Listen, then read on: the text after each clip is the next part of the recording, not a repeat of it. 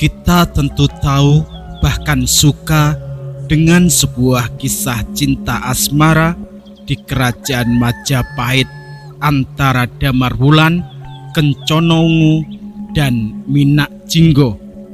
Kisah yang dianggap legenda ini begitu populer di Jawa Timur karena mengungkapkan perseteruan antara dua kerajaan, yang satu sebuah kerajaan besar bernama Majapahit, yang satu lagi kerajaan yang tak pernah tunduk terhadap hegemoni kerajaan besar itu, yakni kerajaan Blambangan.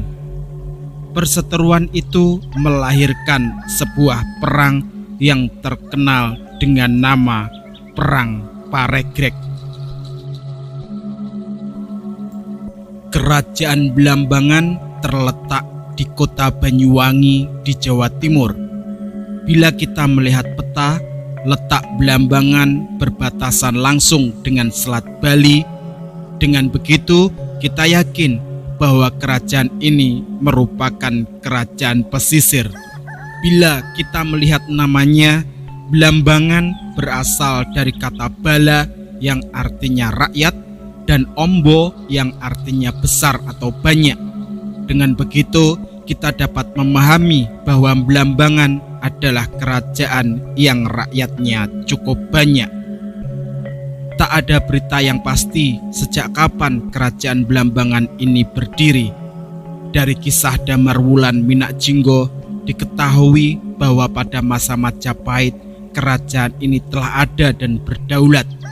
Namun demikian, ada beberapa sumber yang memuat nama Blambangan, yaitu Serat Kanda yang ditulis pada abad ke-18, Serat Damarwulan yang ditulis pada tahun 1815, dan Serat Raja Blambangan yang ditulis pada tahun 1774, di mana proses penulisannya dilakukan jauh setelah masa kejayaan Blambangan, yakni ketika masa Mataram Islam dan kekuasaan Kompeni Belanda di Jawa Tengah relatif kukuh. Di samping mengacu kepada sumber berjenis sekunder seperti ketiga serat tadi, kita masih memiliki sumber primer yang bisa dikaitkan dengan keberadaan kerajaan Blambangan, yakni para raton yang meski tak menyebutkan nama Blambangan, namun kemunculan nama Arya Wiraraja dan Lamajang akan membantu kita untuk menyibakkan kabut yang menyelimuti sejarah awal kerajaan Blambangan.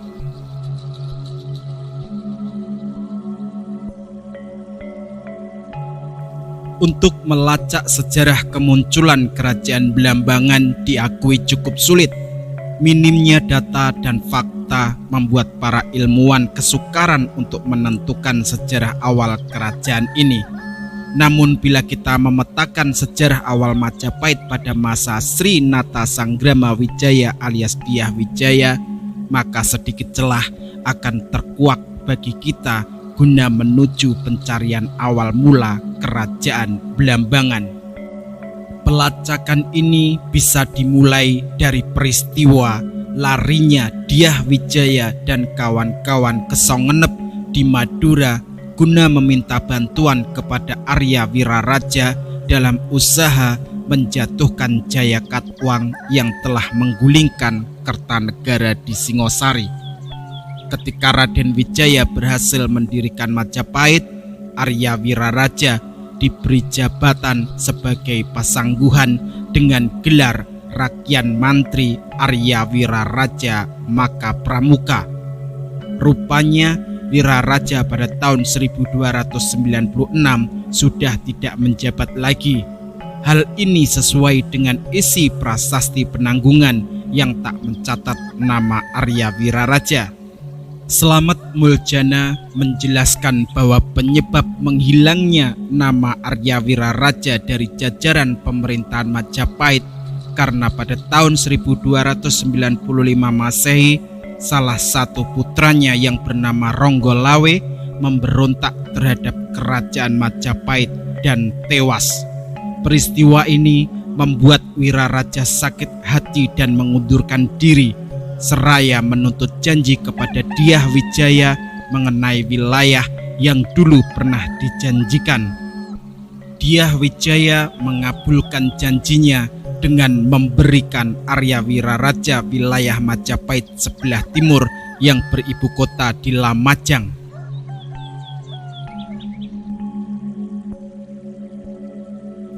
Babat Raja Blambangan memberitahu kita bahwa wilayah Lumajang yang diberikan kepada Arya Wiraraja adalah berupa hutan, termasuk Gunung Bromo hingga tepi timur Jawi Wetan, bahkan hingga ke selat Bali. Menurut teks Babat Raja Blambangan, Arya Wiraraja memerintah di Blambangan sejak tahun 1294 hingga 1301. Dia digantikan oleh putranya. Setelah Nambi terbunuh karena intrik politik pada tahun 1331, tahta kerajaan Blambangan kosong hingga tahun 1352. Yang mengisi kekosongan ini adalah Siro Dalem Sri Bimo Cili Kapakisan, saudara tertua Dalem Sri Bimo Cakti di Pasuruan, Dalem Sri Kapakisan di Sumbawa, dan Dalem Sri Kresno Kapakisan di Bali. Kesaksian Babat Raja Blambangan berkesesuaian dengan apa yang tertulis pada Pararaton. Dikisahkan pada tahun 1316, Nambi, seorang pengikut setia Dyah Wijaya sekaligus Patih Amamangku Bumi Mojopahit yang pertama, pemberontakan pada masa pemerintahan Jayanegara seperti yang dijelaskan Pararaton. Riwayat lain yakni Kidung Sorandoka menceritakan pemberontakan Nambi terjadi setelah kematian ayahnya yang bernama Pranaraja. Pararaton mengisahkan Nambi tewas dalam benteng pertahanannya di Desa Rabut, Buhayabang setelah dikeroyok oleh Jabung Tarewes, Lembu Peteng, dan Ikal-ikalan Bang. Sebelumnya, benteng pertahanan di Gending dan Pejarakan yang dibangun oleh Nambi dapat dihancurkan oleh pasukan Majapahit. Akhirnya Nambi sekeluarga tewas dalam peperangan itu. Menurut negara Kertagama, yang memimpin penumpasan Nambi adalah Jayanegara sendiri. Dalam peristiwa ini, jelas Nambi telah berada di Lamajang dan dibantu oleh pasukan Mojopahit Timur, wilayah yang menjadi kekuasaan Wiraraja. Namun belum jelas apakah Wiraraja masih hidup saat peristiwa Nambi berlangsung. Pemaparan tadi dalam upaya menjelaskan keberadaan Blambangan tentu belum dirasakan memuaskan, karena walau bagaimanapun semua data tadi tak menyebutkan nama Blambangan. Untuk itu kita langkahkan lagi penelusuran kita ke masa yang lebih kemudian, yakni masa Perang Paregreg. Peperangan antara Keraton Barat melawan Keraton Timur di wilayah Majapahit, Kedaton Wetan, dan Perang Paregreg pada tahun 1406. Bila merujuk ke Pararaton, kita akan mengetahui bahwa ayah angkat sekaligus kakek dari istri Bre Wirabumi, yakni Bre Wengker yang bernama Wijaya Rajasa, mendirikan keraton baru di Pamotan dan bergelar Bathara Parameswara Ring Pamotan.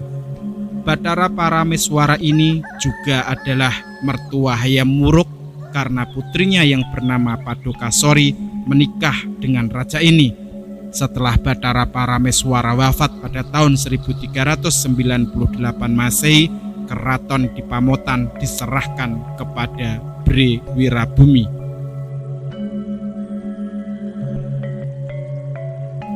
Bila menghubungkan berita Pararaton dengan berita pada sejarah dinasti Ming, kita bisa melihat adanya kesesuaian. Kronik Cina memberitakan bahwa pada tahun 1403 Masehi di Jawa terdapat kerajaan Barat dan kerajaan Timur yang tengah berseteru.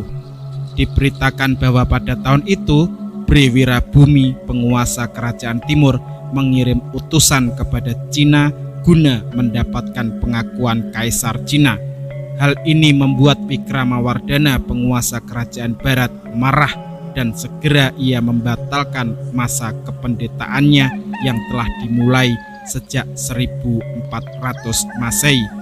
Selama itu yang menjalankan roda pemerintahan adalah istrinya Kusumawardhani.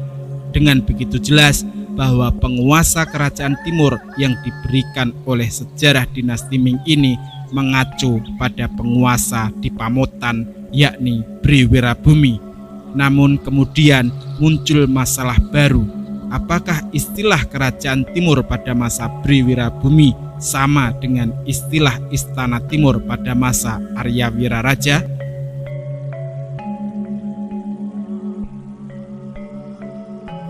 Pada tahun 1403 Masehi, Kaisar Yongle di Cina mengirim utusan ke Jawa guna memberitahukan bahwa dirinya lah yang menjadi Kaisar Cina. Hubungan Cina dengan Jawa makin mesra ketika Wikramawardhana menerima stempel perak berlapis emas dari Kaisar Yongle. Sebagai terima kasih, Wikramawardhana mengirim utusannya ke Cina dengan membawa upeti. Rupanya kiriman stempel perak emas itu membangkitkan keinginan Briwirabumi untuk mengirimkan upeti ke Cina. Pengirim utusan oleh Briwirabumi ini memiliki maksud yang lebih khusus, meminta pengakuan dari Kaisar Cina, pengesahan resmi dari Kaisar Cina terhadap Briwirabumi di kerajaan timur membuat geram Wikramawardhana yang tengah bertapa. Ketika mendengar Briwirabumi diakui oleh Kaisar Cina pada tahun 1403, Wikramawardhana kembali mengemban pemerintahan. 3 tahun berikutnya, pada tahun 1406, baik kerajaan barat maupun kerajaan timur sama-sama meminta dukungan kepada kerabat istana Majapahit yang lain untuk mendukung mereka. Pararaton mencatat Perang Paregreg, perang yang berangsur-angsur antara Wikramawardhana dengan Briwirabumi, terjadi pada tahun Saka, Naga, Logo, Anahut, Wulan atau tahun 1328 Saka atau 1406 Masehi. Setelah Wikramawardhana berhasil mengalahkan kerajaan timur, Briwirabumi melarikan diri saat malam dengan menumpang perahu, tetapi dia berhasil dikejar oleh Pre Narapati Raden Gajah dan terbunuh. Perang ini berawal dari ketidaksetujuan Briwirabumi, anak Sri Rajasanagara atau Hayam Wuruk dari Selir, atas penunjukan Suhita, putri pasangan Kusumawardhani atau putri Hayam Wuruk, dengan Wikramawardhana menjadi penguasa Majapahit. Sebelumnya, pada tahun 1389, Wikramawardhana, menantu sekaligus keponakan Hayam Wuruk, dinobatkan menjadi raja. Lalu setelah 12 tahun memerintah, Wikramawardhana turun tahta dan menjadi pendeta. Penunjukan Suhita oleh Wikramawardhana tidak disetujui oleh Briwirabumi. Briwirabumi, walau sebatas anak dari seorang Selir, merasa lebih berhak atas tahta Majapahit karena ialah satu-satunya anak laki-laki dari Hayam Wuruk. Ia kemudian melihat bahwa Suhita kurang berhak atas tahta tersebut karena hanya seorang wanita dari seorang putri Hayam Wuruk, yakni Kusumawardhani. Briwirabumi sendiri menurut Nagarakertagama menikah dengan Nagarawardhani, sedangkan menurut Pararaton ia menikah dengan Bri Lasem, yakni Sang Alemu alias Indu Dewi, kemenakan dari Hayam Wuruk sekaligus anak dari Raja Dewi atau Rajasa Duhi Tendu Dewi. Raja Dewi dalam Nagarakertagama yang identik dengan Bridaha, menurut Pararaton ini adalah bibi Hayam Wuruk.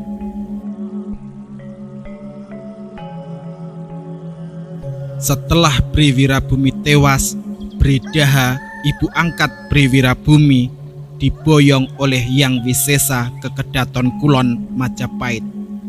Siapa orang yang menggantikan Briwirabumi menjadi pengusaha daha tidak diketahui. Para raton hanya menceritakan bahwa pada tahun 1359 Saka atau 1437 Masehi yang menjadi penguasa daha adalah Jayawardhani Dyah Jayeswari, putri bungsu Bre Pandan Salas. Setelah Perang Paregreg, tahta Majapahit masih dipegang oleh Wikramawardhana hingga 11 tahun kemudian.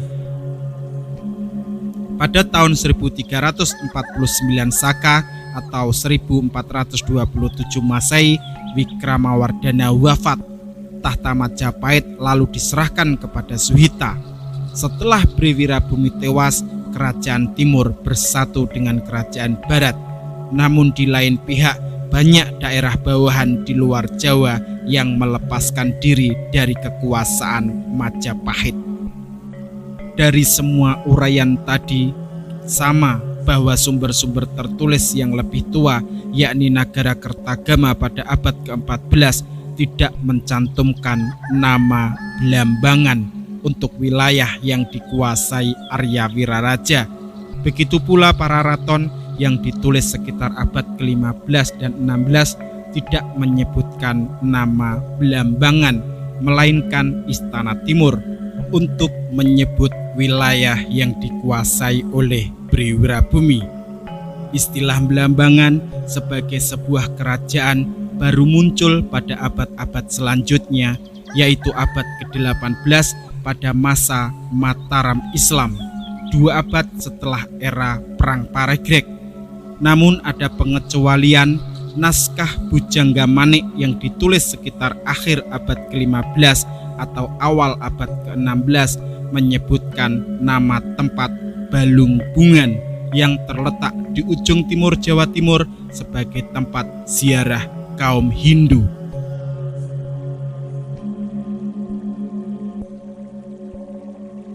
Berita Serat Kanda yang menyebutkan bahwa Dyah Ranawijaya setelah daha jatuh ke pasukan Demak melarikan diri ke Bali. Menurut Slamet Muljana, tak dapat dibuktikan oleh data sejarah yang lebih sahih. Sebaliknya, Dyah Ranawijaya melarikan diri ke Panarukan. Panarukan sendiri ketika itu merupakan sebuah pelabuhan yang cukup ramai dan sejak abad ke-14 telah menjadi salah satu pangkalan kapal terpenting bagi Majapahit. Dengan tibanya Ranawijaya ke kota pelabuhan ini, kerajaan Panarukan inilah bisa dianggap sebagai kelanjutan Kediri. Dan berdasarkan penuturan orang Belanda kemudian, kerajaan Panarukan ini dapat diidentifikasi sebagai kerajaan Blambangan.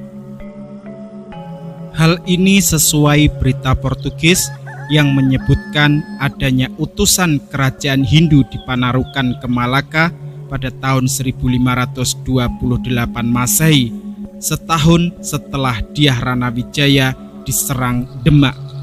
Utusan dari Panarukan ini bermaksud mendapatkan dukungan orang-orang Portugis yang tentunya bermaksud menghadang pengaruh Islam ke Jawa.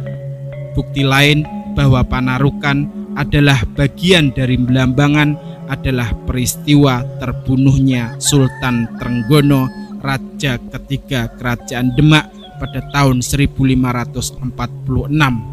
Hanya saja belum ada kepastian sejak kapan pusat pemerintahan Blambangan pindah dari Panarukan ke wilayah yang lebih timur.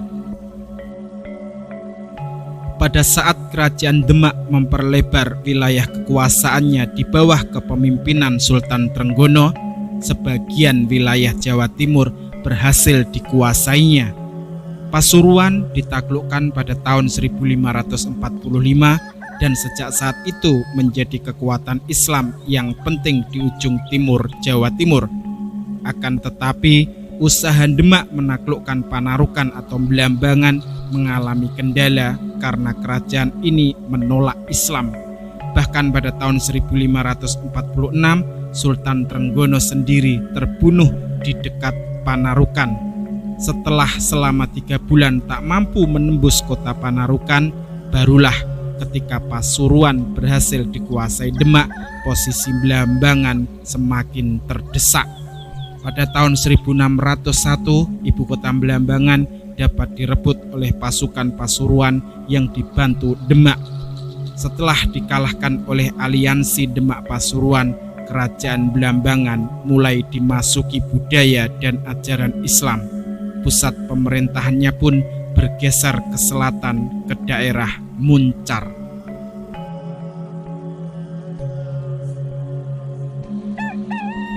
Pada masa Kesultanan Mataram, penguasa Blambangan kembali menyatakan diri sebagai wilayah yang merdeka. Usaha para penguasa Mataram dalam menundukkan Blambangan mengalami kegagalan.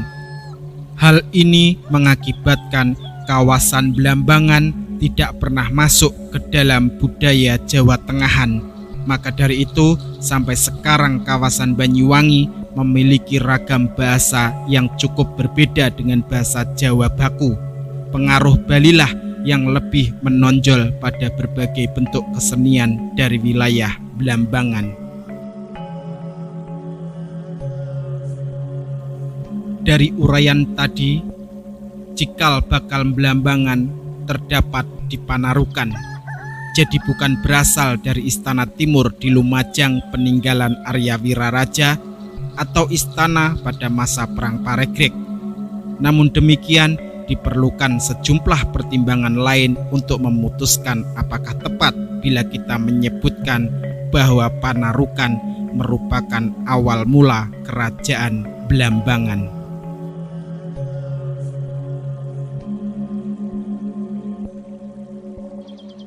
Pada abad ke-16, Blambangan berada dalam kekuasaan Bali. Kerajaan Gelgel di Bali yang dirajai dalam Watu Renggong mampu memperluas wilayahnya hingga ke bagian timur Jawa Timur, Lombok, dan Sumbawa.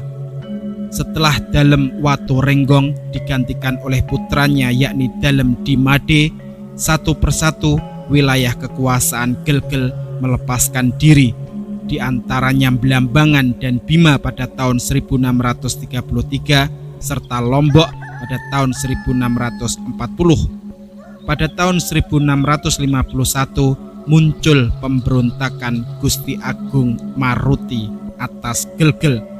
Ketika Dewa Agung Jambe menggantikan Dalem Dimade, kembali Gelgel merebut wilayahnya yang terlepas. Raja ini lalu memindahkan pusat kerajaan ke Samarapura di Klungkung.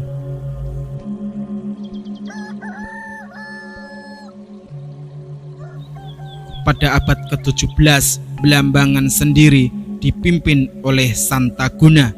Setelah Blambangan ditaklukkan pada tahun 1636 oleh Sultan Agung Mataram, Santaguna digantikan oleh Raden Mas Kembar alias Tampauna pada tahun 1637. Ketika itu ibu kota masih di Lumajang. Pada tahun 1639 raja ini memindahkan keraton ke Kedawung sekitar Panarukan Situbondo sehingga bergelar Pangeran Kedawung. Kalimat ini menjelaskan bahwa cikal bakal Blambangan adalah Lumajang, dan untuk ini kita bisa menarik garis ke masa Arya Wiraraja.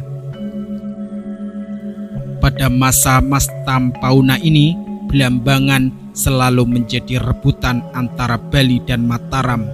Perebutan pengaruh antar dua kerajaan itu berakhir setelah kedua penguasa kerajaan itu wafat.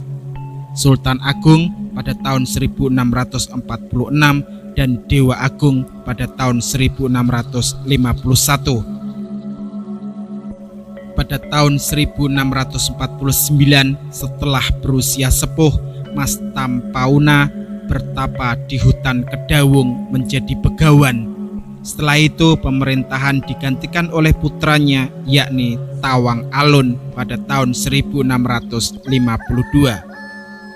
Menurut cerita, raja ini melakukan semedi dan mempunyai gelar baru Begawan Bayu. Di tempat bertapanya ia mendapat petunjuk untuk berjalan ngalor wetan. Bila ada macan putih, ia pun harus duduk di atas macan putih dan mengikuti perjalanan macan putih tersebut menuju hutan Sudimoro. Tawang Alun lalu mengelilingi hutan seluas 4 km persegi. Tempat itulah yang selanjutnya dijadikan pusat pemerintahan dan diberi nama Keraton Macan Putih.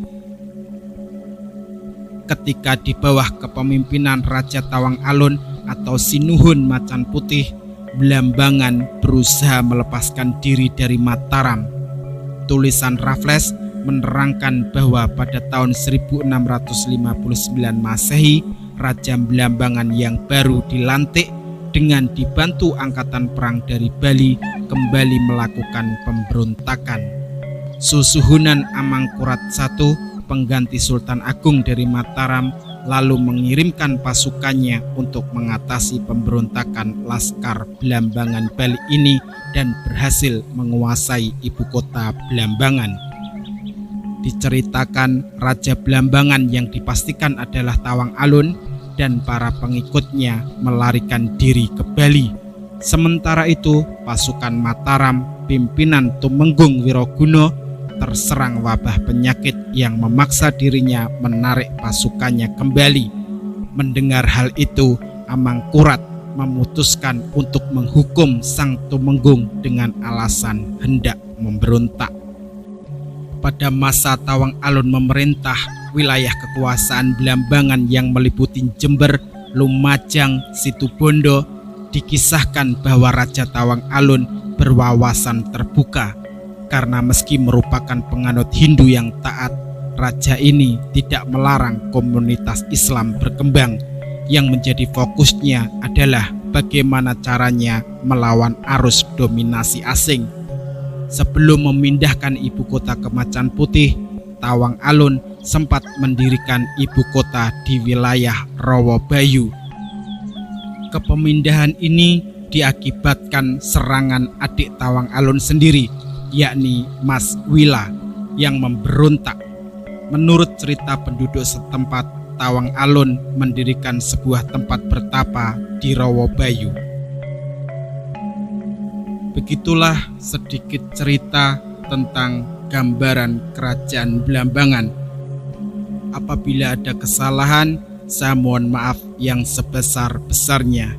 Salam Rahayu, Om Swastiastu, Namo Buddhaya, salam kebajikan.